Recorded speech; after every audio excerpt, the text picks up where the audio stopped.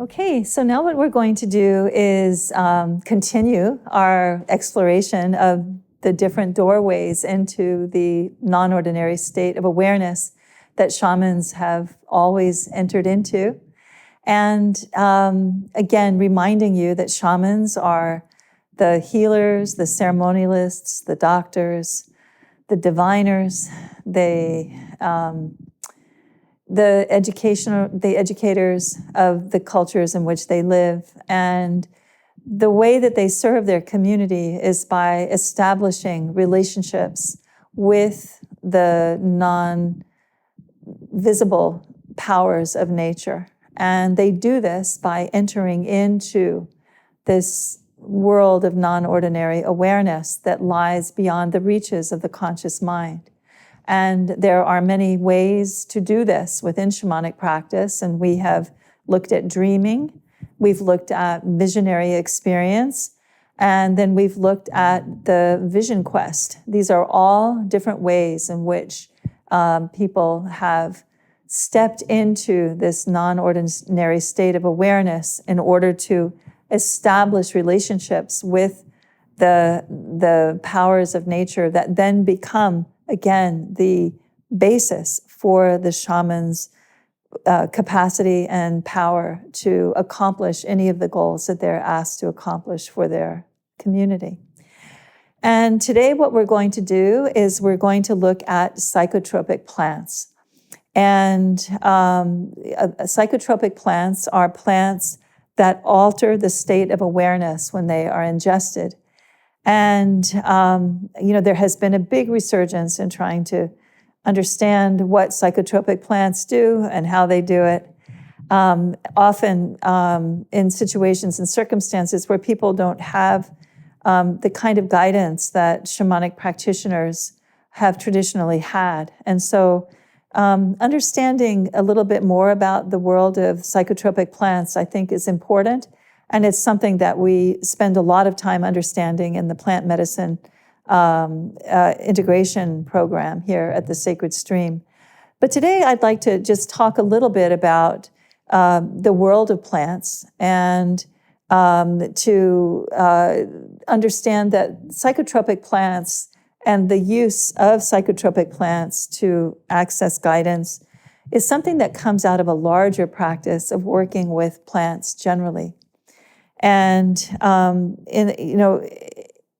understanding how plants heal and how plants nourish and how plants shelter and how plants offer us so many things in our daily lives is really important. And it's important to have a respect for plants and to understand that they are offering us something of invaluable worth in offering us the visions that they offer us when we ingest them to receive guidance. But this is also true of all the times that we have an herb tea to settle our stomach, or where we have food that helps heal us when we're trying to come back from an illness. The plants have always been offering us something of value and that we may not have fully understood. The thing about psychotropic plants is that it's hard to ignore them. And there are many different types of psychotropic plants and many different ways in which they act. And there's an interesting excerpt from a book that I'd like to offer you by Alan Shoemaker about ayahuasca, which kind of captures this way in which psychotropic plants can receive our attention, attract our attention. And ayahuasca, of course, is a combination of plants that grow most commonly in the Amazon that produces powerful visions and powerful healing. Here he says, the wisdom held within these plants can locate a specific malady of a person, whether it be spiritual, emotional, physical, or some combination thereof. If the illness is physical, the body's response or immune system can get activated. If the illness is psychological or spiritual in origin, the patient can be shown through visions and hallucinations while under the influence of any of the sacred power plants, when and where the errors were made. You can feel the psychotropic medicines moving through your body, lingering in areas that need attention, activating the immune system to rectify the problem. And he goes on to say that Occidental medicine treats the symptoms, and so our immune system is not activated and it remains asleep. So here he's talking about the different ways of working with plants and how it differs from working with substances from a more allopathic point of view. But in doing that, he's really describing the intelligence of psychotropic plants. And because of the types of potentials that he describes, there has been, as I said, a renewed interest in psychotropic plants in inducing visionary experience. And what is the nature of these visionary experiences that these plants can provide? Each plant provides a different type of experience. Perhaps the most profound visionary experiences are provided by peyote, which is a type of cactus, psilocybin mushrooms, and plants containing a naturally occurring substance called DMT, which is, of course, in the tea ayahuasca. Almost always, there is some kind of insight about the limitations of the conscious mind and the possibilities of stepping beyond those limitations, just as Shoemaker was describing. So shamans around the world have known about other uses of plants, as I mentioned, but it is the psychotropic plants that open the doors to the inner worlds by altering the state of consciousness. And of course, there are other types of alterations in consciousness besides the ones that one receives through psychedelic visions. Of course, I'm sure if you don't drink coffee every day, you know someone who does. They're altering their state of awareness with plants, right?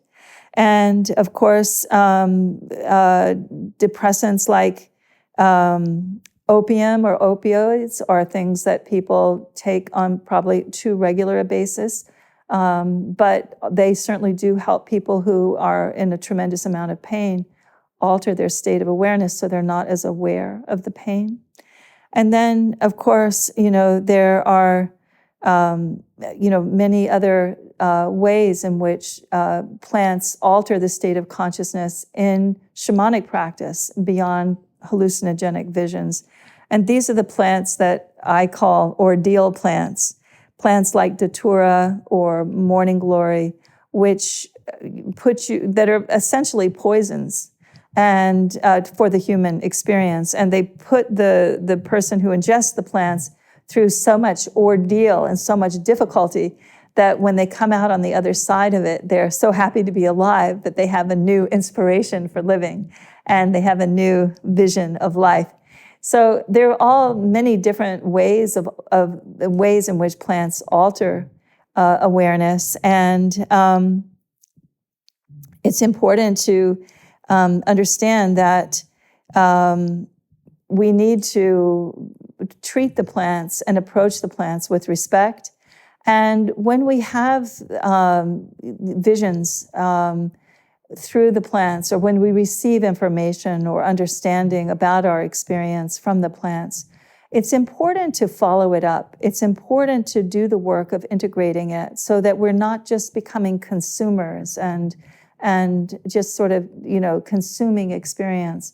Rather, I think it's important to really take into account all of the different ways in which we interact with plants, whether it's through, eating them for nourishment, drinking them teas for healing, ingesting them for visions. I think it's important for us to really take the time to understand what our relationship is to the plants and what the plant's relationship is to us. And that is something that you can explore through the visionary experience of psychotropic plants and through just paying attention to your relationship to plants on an everyday basis. So I encourage you to go out and sit with a plant and maybe smell a rose and just let yourself open to the world of plants as you sit with them, and allow that to educate you and prepare you if you are thinking of ingesting psychotropic plants and following the path that shamans have followed for millennia, to allow the plants to open the deeper intelligence of the earth to them and to bring that intelligence into the world of ordinary reality consciousness. And wish you the best in that pursuit.